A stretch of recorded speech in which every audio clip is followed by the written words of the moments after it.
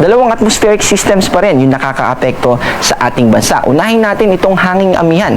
Ito ay nagdadala ng clear sky condition at may kasamang mga kaulapan na posibleng magdulot ng mga pag-ambon. Yung binabanggit po natin na clear sky condition, klaruhin lamang po natin, ito ay mababang tsansa ng mga pag-ulan. Pero posible pa rin yung mga pag-ambon, lalo na dito sa extreme northern Luzon, yung Batanes at Babuyan Islands. At yung amihan ay umaabot din dito sa Ilocos Norte, Apayao at dito sa mainland Cagayan. Samantala, dito naman sa Metro Manila at sa natitirang bahagi ng ating bansa, easterlies ang nakakaapekto. Itong easterlies ay mainit na hangin galing sa Pacific Ocean. Ito ay nangyayari dahil sa pag-ikot ng mundo sa sarili niyang axis. At habang umikot ito ay sumusunod yung atmosphere. At yung consistent na hangin na yun po yung easterlies. At dahil sa mainit yung hangin dito sa Pacific Ocean, ito rin yung tumutulong at nag-aambag. Kaya mas maalinsangang panahon yung nararanasan natin. At actually, simula pa nung March 1 ay nagtaas na tayo ng mga issuance na may patungkol sa heat index.